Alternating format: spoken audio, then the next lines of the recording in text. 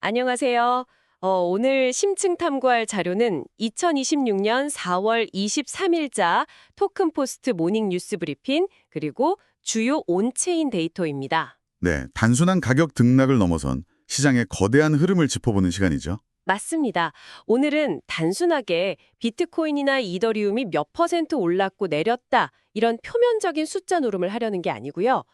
현재 이 디지털 자산 시장을 뒤흔들고 있는 거대한 자금의 이동, 그리고 인프라의 스트레스 테스트부터 규제 움직임까지 입체적으로 뜯어보는 것이 오늘의 미션입니다. 사실 요즘 넘쳐내는 정보 속에서 진짜 핵심만 빠르게 파악하고 싶어 하시는 투자자분들이 많으실 텐데요. 오늘 논의를 들으시면 기관들의 포트폴리오 조정 전략부터 온체인상에서 은밀하게 움직이는 고래들의 동향까지 시장의 구조적인 변화를 단숨에 꿰뚫어 보실 수 있을 겁니다. 자, 이제 본격적으로 파헤쳐 볼까요? 먼저 시장 흐름 요약부터 짚고 넘어가죠. 최근 비트코인과 이더리움 가격 변동, 이게 단순히 크립토 시장 내부의 이슈만은 아니잖아요. 네, 절대 아닙니다. 사실 주요 거시 변수와 정책 환경, 그리고 미국 증시 흐름이 디지털 자산 시장에 아주 짙은 그림자를 들이오고 있죠. 특히 최근 미국 증시에서 기술주 중심으로 유동성이 재편되는 과정이 있었는데 이게 크립토 시장의 수급 요인과 맞물리면서 전반적인 투자 심리를 형성하고 있습니다. 그러니까 달러의 방향성이나 금리 인하에 대한 시장의 기대감 같은 이런 거시적인 정책 환경이 결국 비트코인이라는 자산의 가격 하단을 지지하거나 압박하는 기본 배경이 된다는 거네요. 정확합니다.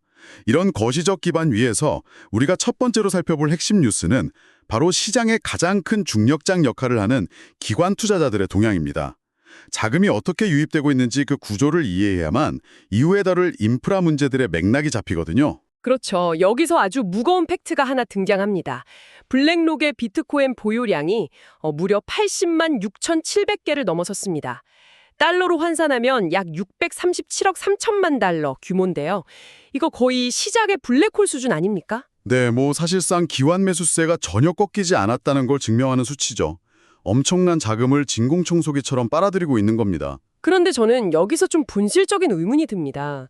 블랙록처럼 그냥 비트코인을 사서 금고에 모으기만 하는 이런 수동적인 거인들이 시장의 유통 물량을 다시 말려버리면요.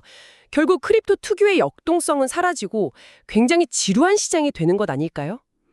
거기서 정말 흥미로운 점이 하나 나옵니다. 방금 말씀하신 우려는 단순한 패시브 펀드에만 해당하는 건데요.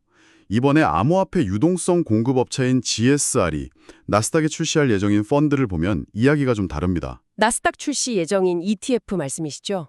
네, 바로 BSO, 즉 GSR 크립토 코어 3 ETF라는 상품인데요. 이게 비트코인, 이더리움, 그리고 솔라나를 편입하는 액티브 운용 ETF입니다. 운용 수수료가 1%로 꽤 높은 편인데도 시장 상황에 따라서 펀드 매니저가 비중을 조절합니다. 그러니까 단순히 사놓고 가만히 있는 게 아니라 시장 상황을 보면서 적극적으로 사고 팔고 한다는 거네요. 그렇죠. 게다가 가장 중요한 포인트는 이 ETF가 스테이킹 보상까지 제공한다는 겁니다. 아, 스테이킹 보상이요? 잠깐, 이게 전통 금융권, 그러니까 월스트리트 자본이 단순히 암호화폐를 가치 저장 수단으로만 보는 게 아니라는 뜻이잖아요. 네, 맞습니다. 이게 넥스트 레벨의 신호인 이유가 바로 그겁니다. 전통 금융권이 이더리움이나 솔라나 같은 지분증명 네트워크의 메커니즘을 완전히 이해하고 그걸 전통적인 다중자산 포트폴리오처럼 아주 적극적으로 굴리기 시작했다는 뜻이거든요.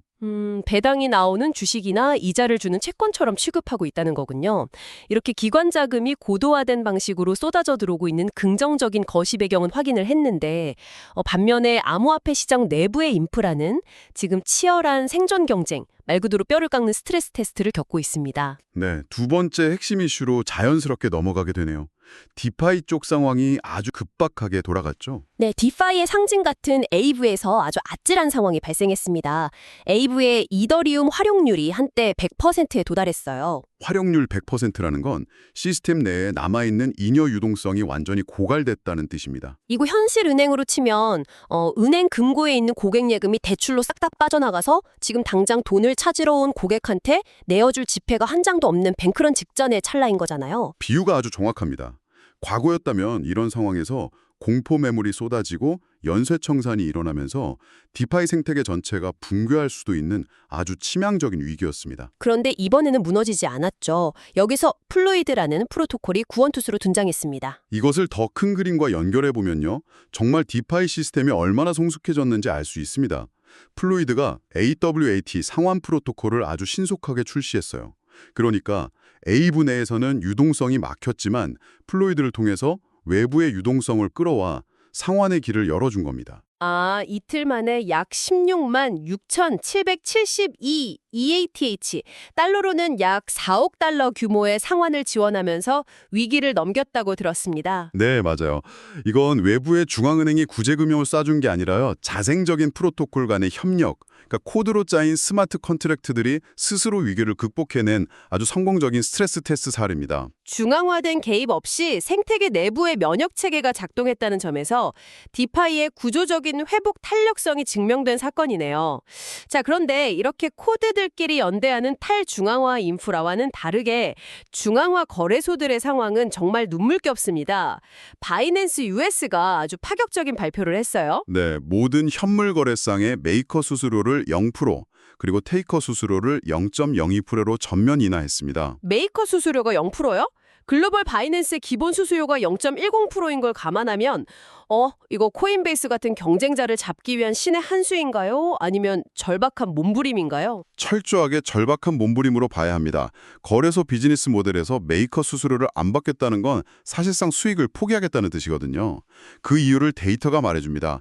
글로벌 바이낸스 24시간 거래량이 약 107억 달러고 코인베이스가 19억 달러 수준인데 바이낸스 US는 얼마나 되죠? 고작 1,480만 달러에 불과합니다. 아, 1,480만 달러요. 107억 달러 대 1,480만 달러. 이거는 뭐 규모의 경제 자체가 안 돌아가고 있는 수준이네요. 그렇죠. 2023년 미국 SEC 소송 여파로 미국 시장 내 점유율을 사실상 다 잃어버렸거든요. 그래서 수익은 나중에 생각하더라도 일단 시장에 유동성을 공급하는 마켓메이커들부터 억지로라도 끌어들여서 호가창을 채워 넣으려는 아주 공격적이고 출혈이 심한 경쟁을 시작한 겁니다. 미국 규제의 여파로 고군분투하는 이야기를 바탕으로 우리의 세 번째 파트 오늘의 관전 포인트로 넘어가 보겠습니다. 그렇다면 이 반대 진영에 있는 탈중앙화 플랫폼들은 미국 규제에 어떻게 대응하고 있을까요? 여기서 하이퍼 리퀴드의 행보가 눈에 띕니다. 네, 하이퍼리퀴드가 미국의 정책센터, 즉 HPC를 설립했습니다. 목표는 탈중앙화 파생 상품, 특히 온체인 영구 선물 같은 분야에 대한 규제 명확성을 확보하고 합법적인 참여 경로를 구축하겠다는 겁니다. 저는 여기서 청취자분들을 온체인 탐정의 시각으로 초대하고 싶습니다. 하이퍼 리퀴드 같은 덱스, 즉 탈중앙화 프로젝트가 미국의 수도 한복판에 정책센터를 세우고 로비를 한다는 것, 이거 자체가 스스로 코드 이즈 로를 외치던 탈중앙화의 이념을 저버리는 완전한 모순 아닌가요? 날카로운 지적이십니다. 분명 이념적 모순으로 비칠 수 있죠. 하지만 현실적인 구조를 봐야 합니다. 탈중앙화 금연 역시 아무리 기술이 뛰어나도 현실 세계의 법적 테두리를 무시하고서는 수십조 원 단위의 주류기관 자금을 끌어들일 수 없거든요. 앞서 말한 GSR이나 블랙록 같은 거대 자본이 들어오려면 결국 합법적인 인프라가 필수적이란 뜻이군요. 맞습니다.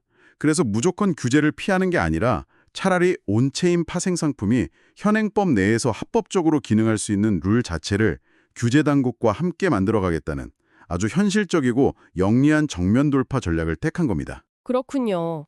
규제를 피할 수 없다면 차라리 룰메이커가 되겠다.